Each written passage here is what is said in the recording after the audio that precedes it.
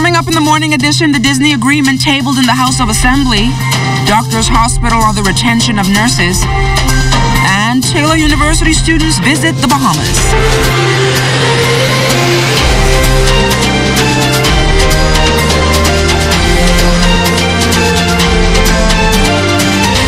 It's a rainy day in New Providence, but we've got sunshine here on the morning edition. Good morning, everyone. I'm LaDawn Davis. Thank you so much for waking up with us. Let's turn things over to Chief Meteorologist Basil Dean, who is going to tell us what's going on weather-wise. Good morning, Basil.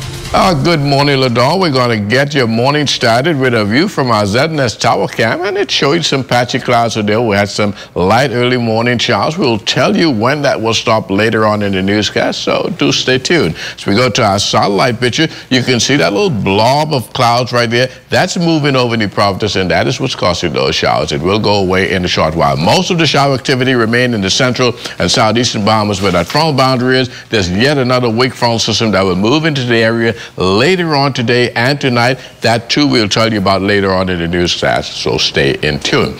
Outside of our studios, light range, temperature at 70 degrees, your relative humidity right up there at 93%, near calm winds, barometric pressure 1,013.3 millibars, 29.92 inches, and your pressure is steady. Temperatures around the islands this morning: Marsh Harbor at 70 degrees, 68 in Green Toll Key and Freeport. In the Berry Islands, 72, 73 in Allenstown, Bimini. In Harbor Island, Roxanne, Eleuthera, 73, Otterstown, Cat Island at 74. Stanley Key, Kemp Space, Old Andros, Fresh Creek, and Central Andros at 72 degrees. In Georgetown, Exuma, 75. Rum Key and San Salvador at 74 degrees, 75s in Ragged Island, Clarencetown, Long Island, Crooked Island, Betsy Bay, Maguana, and Acklins. Matchetown in Nagua 76, and the Turks and Caicos Islands at 78 degrees. Your boating forecasts are for today for the Northwest and Central Islands. Light and variable winds with very flat sea conditions, 1 to 3 feet over the ocean. High tide 7:48 in the morning, low tide at 2:06 in the afternoon. For the southeast Bahamas, southwest to west winds 10 to 15 knots, and your wave heights 2 to 4 feet. That's going to do it for your first look at weather at 6. Stay tuned. Your forecast for today and tonight is still ahead. Thanks a lot, Basil. On the traffic side, Jim Anita Swain is standing by with the report sponsored by Bahamas First.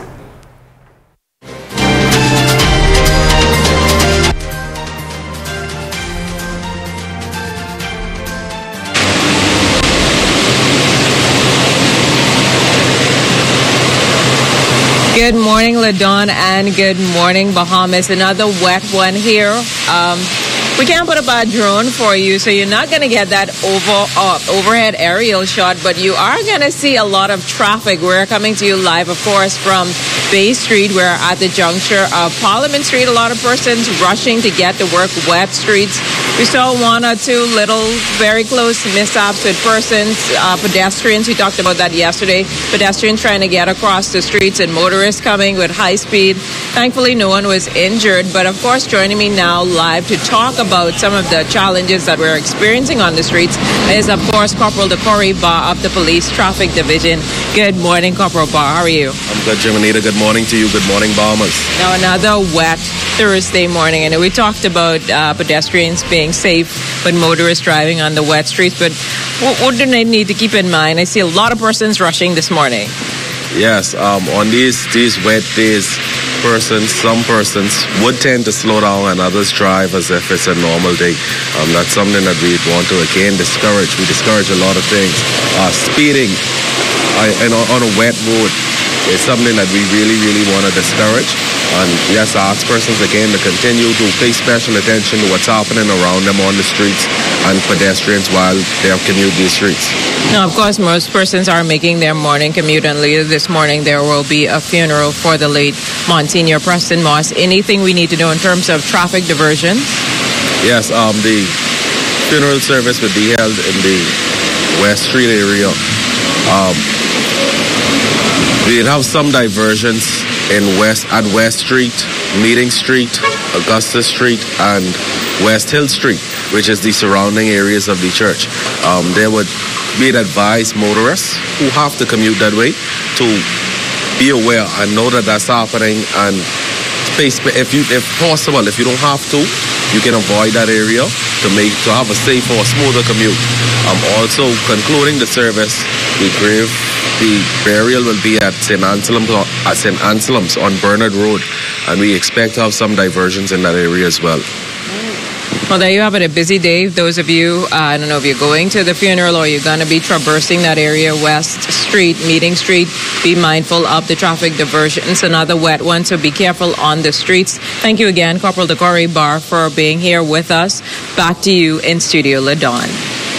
The government making the details of its heads of agreement with Disney Cruise Lines available to the public. Prime Minister, the Most Honorable Dr. Hubert Minnis, tabled the document in the House of Assembly Wednesday. The agreement paves the way for a multi-million-dollar cruise port development at Lighthouse Point in South Eleuthera. Success has been a model of disclosure, openness, and good governance.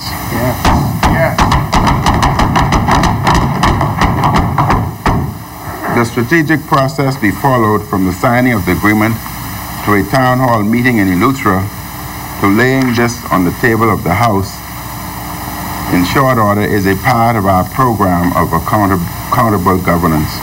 In the past, various agreements by other governments were never tabled in this honorable House.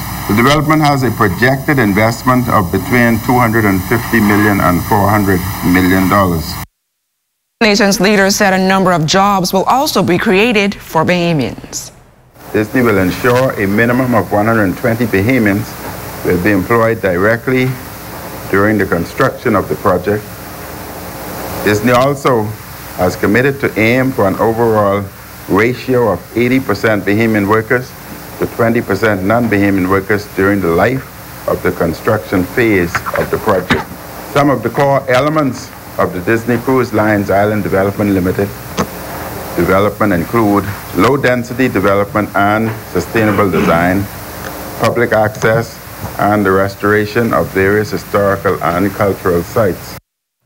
Officials from Doctors Hospital partnered with the Nurses Association for a recruitment and retention seminar recently. Assistant Vice President for Patient Care Services, Bridget Sherman, says scores of nurses are leaving the country for jobs abroad. This is a global trend. She talked about why it's so important to keep our nurses home. The number of nurses that retire normally each year is great. The number of nurses who are resigning is becoming greater than that number. We have nurses that pass away. We have nurses that move up the ranks into administration. So if you don't have these nurses who are very important to healthcare, if we don't have them, then we won't have anybody on the front line who is taking care of our people. And that's the basics. We are talking about our Bahamian people who are not well, whether they are public, whether they are private. We need caring professionals who are all well educated to deal with them, to have compassion, to take care of them, to be at the bedside. And if they are the ones who are leaving, then what happens to our people? Additionally, Sherman reveals some of the offers on the table to engage nurses at Doctors Hospital. We offer everything that we can find. We have pension packages, we have health care, we offer environments in the workspace, not only the physical workspace, but just engaging, communicating, finding out what it is that we can do to make your workplace, the workspace, keep you engaged. What is it that we can do? And that's of great concern to us. And we have had all of our nurse leaders involved in this venture. Thus far, we have asked that most persons who are coming into nursing consider coming to Doctors Hospital and moving around the institution to really determine what is it that you want to do in healthcare. If it is nursing, we are offering to assist you. We're hiring. We are offering to pay you while you're hired, offering to allow you to go to school. So we're even starting from the students. Taylor University students Joshua Kim and Devin McKenzie both agree that the experience is worthwhile.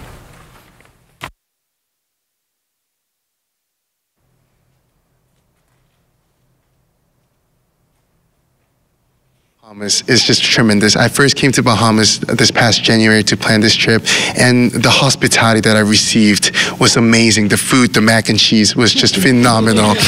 At Taylor and in America, we really value diversity. And just speaking of Taylor University, we really focus on our international students, and just the Bahamian students that are represented in our chorale. They are one of the best singers in our choir and the best singers at our university, and we really value those students. As a Bahamian, you know, we love our sunshine and we love our beach days, so adjusting to that has been a bit difficult, but I think the classroom is amazing. The professor to student ratio is impeccable. The program that I'm in, the music department, has been very flexible, very adjusting for me. 50 American students getting a vibrant taste of Bahamian culture this week. The young students from Taylor University in Upland, Indiana are visiting the capital for a 5-day exchange program. The visitors were immersed in Bahamian cuisine, arts and craft, visiting several museums, institutions, and other Bahamian cultural spots. The students are also partnering with the University of the Bahamas Music Program. Director of Choral Activities at Taylor University is Dr. Joanne Rediger. Our purpose is to collaborate with 3 of your choirs, to collaborate, to learn more about the Bahamian culture, to grow, to collaborate, share our music together, to learn music of the islands and to bring our music. We have 3 Bahamian students in our top choirs at Taylor University, and it seemed the right time to come and be a part of the activities here on the island. And coming up after the break, we're going to take a trip down to Montague Beach to see how the tourists are enjoying it. All that and more when the morning edition continues.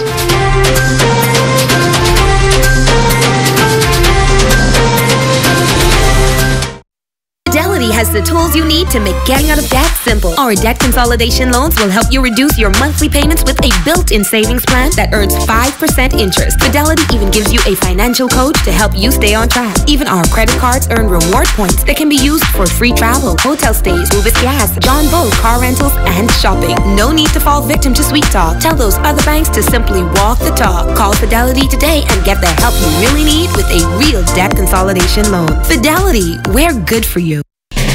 The machinery of the government is always working to make the country better for present and future generations. But what does that machinery look like, and how does it really work? Find the answers to these questions and more as you hear directly from this administration's policymakers. Tune in to A Closer Look with Anthony Newbold, Mondays at 8 p.m. and Wednesdays at 9 a.m. on the ZNS Television Network.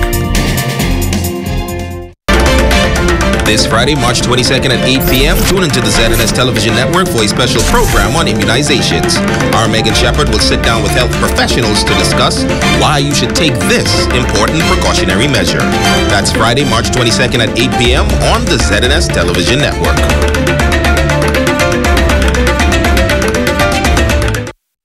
Hey, have you heard? ZNS is everywhere you are when you download the new ZNS app. Whether you're on the move or just kicking back. Miss something on the news? It's there. Want to keep up with a live update? It's there. Or just want to listen to your favorite station? It's there too. Download the app now from the App Store and Google Play Store. Some people go to great lengths to change their appearance. Others just want to lighten things up. And suppliers are making big bucks fueling their habit. Hi, I'm LaDawn Davis. Join me this month as we take a closer look at skin bleaching here in the Bahamas.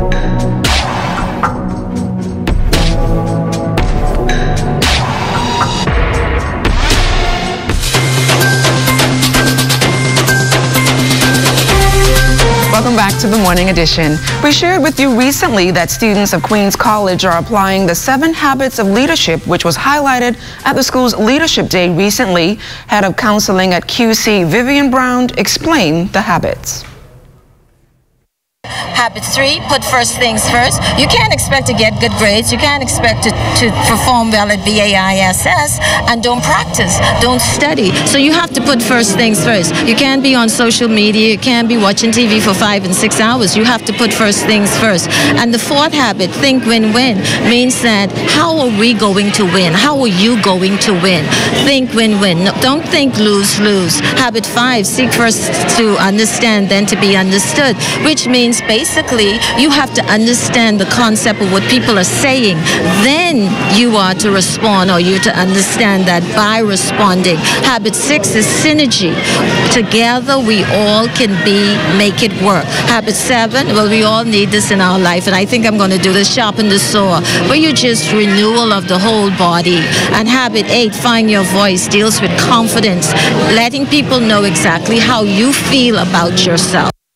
Well, some of our female leaders, including wife of the Prime Minister, Patricia Minnis, and Minister of Youth, Sports and Culture, Lanisha Roll, shared what habits they apply to their lives.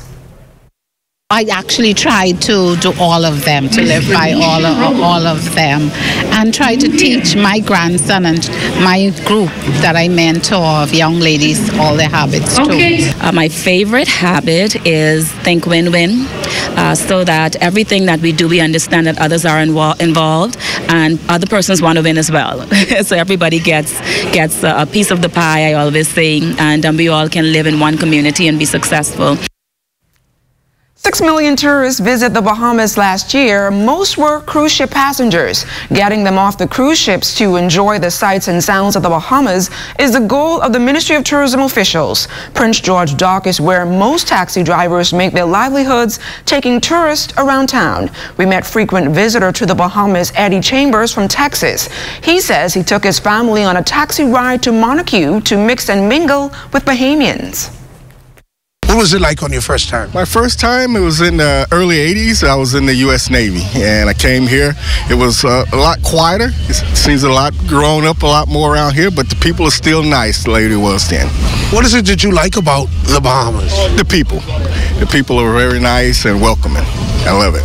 You're on a cruise ship, and you decided to come off the cruise ship. Why? Because I want to give back to the people of the Bahamas, to come visit, to see them, and just see how things are. Taxi driver David Bastian has been in the Bahamas since 2003 and said he enjoys showing his passengers a slice of Bahamiana. He took the Chambers family to Monarque and believes its serene beauty and history matches the inviting hospitality of Bahamians. The Chambers family and other tourists got a history lesson on Fort Monarque and an added treat of a regatta. Bastian believes more tourists would come off cruise ships and interact with locals, but the tourists come off the ship, they have fear on them. The people on the ship put fear in the tourists. So you have to make them relax, to take a tour with you to see the island. And what happened is, what the U.S. government is saying now is totally untrue. Because I've never had an incident in 18 years I've been doing this. And the people enjoy it. You know what? They say, man, they always tell me, say, we didn't want to go with you, but somehow we feel relaxed going with you. When they come back, they give us big tip because they say it's not what we had anticipated. We join the Catholic community in mourning the spiritual transition of Monsignor Preston Moss. His funeral will be held later this morning. Jimenita Swain is standing by at St. Francis Xavier Cathedral on West Street, where the funeral will be held. Good morning again, Jimenita. Good morning again, LaDawn. Good morning, Bahamas. We've now since moved to the St. Francis Xavier Cathedral here on West Street, where later this morning, the Catholic community will bid a final farewell to the late Monsignor Preston Moss. Now, he was, of course, a pillar in the community for the Catholic Church. He served for many years as director of St. Anselm's Catholic Church on Bernard Road. But we have one of the parishioners here from St. Francis Xavier, Mr. Edward Carey, joining us live. Thank you for coming or stepping out of Mass for a few minutes to talk to us. But tell us about the contributions of Monsignor Preston Moss to the Catholic Church. Good morning again. Good morning. And Monsignor Preston Moss has been a priest now for some 54 years. He was ordained in 1965 right here at the cathedral. And since he's been appointed here, he has been a pastor at St. Joseph's, then he for about 10 years, and then he went to St. Bede's for another 10 years, and then he went to, well, he spent his last 25 years at St. Anselm's in Fox Hill, where he was pastor. And one thing about Father Morse, as we called him, but he was a devout and holy priest. You know, he lived his baptismal vows throughout his 54 years of consecrated life to the gospel. He was a man of the gospel, and he lived the gospel. And wherever he went, that's what he did, spread the word of God to everybody who he's met. Monsignor Morse, of course, has always been with the church. You know, originally, actually, technically, he was an Anglican, and he was received into the church sometime in his teenage years. And so a definite, a wonderful person. Yes, and he lived out his baptismal vows, which is we all called to be holy, and he lived that life to the fullest. Well, thank you so much, Mr. Carey, for joining us live. Obviously, that funeral service will take place right here at the St. Francis Xavier Cathedral at 11 this morning, and then just after that, of course, the body of the late Monsignor Preston Moss will be interred, that is, at the St. Anselm's Catholic Church on Barnard Road in Fox Hill. Back to you in Studio LaDawn. Bishop, that's going to be a large service for Preston Moss, Monsignor Preston Moss. There's a road on St. Francis and on Barnard Road today. So what's coming up in sports? Well, coming up in sports, the National High School Track and Field Championship, that starts today, but we are watching this weather out there, and there's some basketball yesterday as well.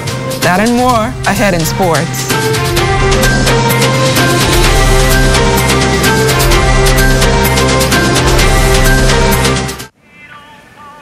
Hey y'all, what's up? Hey, what's that? What y'all getting? Listen, I've been waiting to mash down some lobster, yeah? Hi, I'm Matthew. I will be you guys' waiter today. Can I take your order? Oh, I've been jonesing for some grouper dread.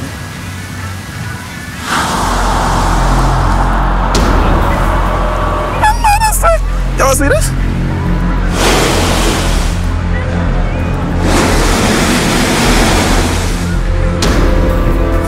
See, this ain't gonna work. Where the fish gone, though? But how, though? Don't leave our children with no fish in their future. Protect our sea. Protect our way of life. Protect the Bahamas. To learn how you can help, find us on Facebook at Bahamas Protected. See the future.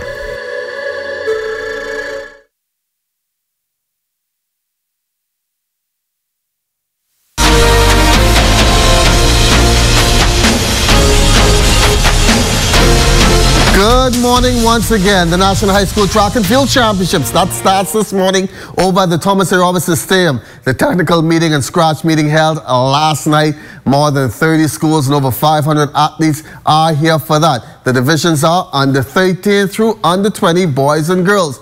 On the agenda this morning is heats of the 100 and 400 meters. Family Island coaches Stephen F. Sproul from San Salvador, Pastor Anthony Williams from Morris Island, and Antonio Coakley from LN Coakley and Exuma, Antonio Sanders, pardon me, from LN Coakley and Exuma, all here and ready to show off their athletes.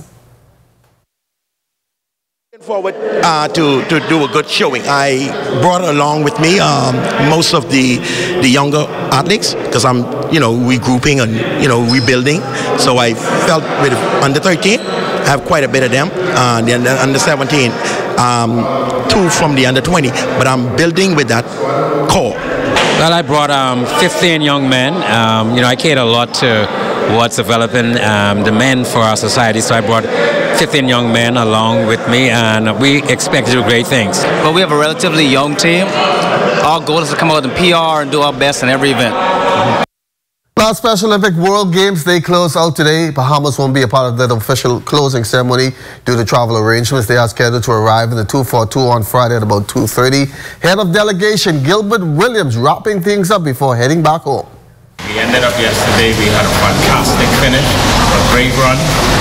We had some medals and some performances where we didn't necessarily expect. The team ended up overall with a medal count of 14, 6 gold, 3 silver, 5 bronze. What a fantastic run for Team Bahamas. And I want to say hats off to all of the coaches who worked so hard preparing our athletes for this spectacular event. The Providence Basketball Association semifinals off and running last night at the AF Arley Gym. Reigning champs Breezes High Flyers already up 1-0 in the best-of-5 series, jumping out early on the live buckets, 27-14 after 1 and 52-38 at the half. Second half, a whole different ball game. Alive, dialing up everything right, connecting from all over, outscoring the Flyers by 15 in the third to now lead 74-73 heading into the final period. And in the final period was back and forth.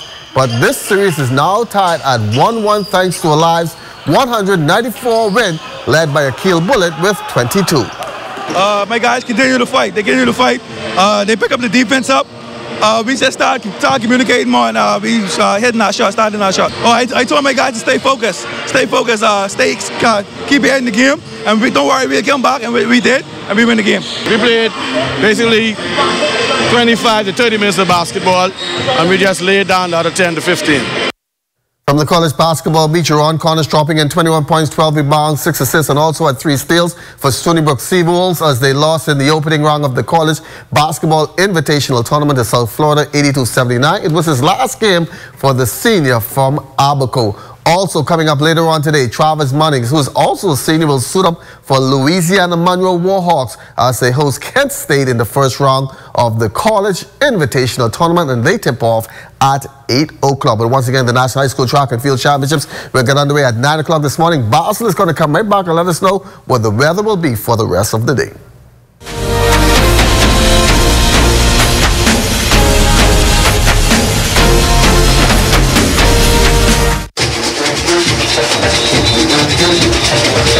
For the latest news and highlights in Bahamian culture, tune in to the new Junkanoo 242, Saturdays, 10 a.m. to 11:30 a.m. on the ZNS Radio and Television Network. Radio Bahamas 1540 a.m. on 104.5 FM and TV 13.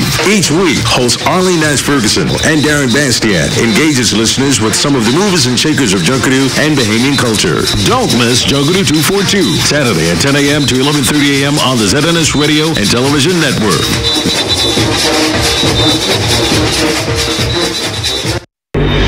They come from around the Caribbean to test their athletic skills and see who will carry home gold.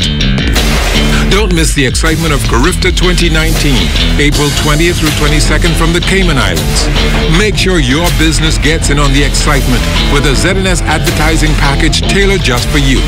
Call us at 502-3800 or 3801 and get in on the region's biggest track and field event.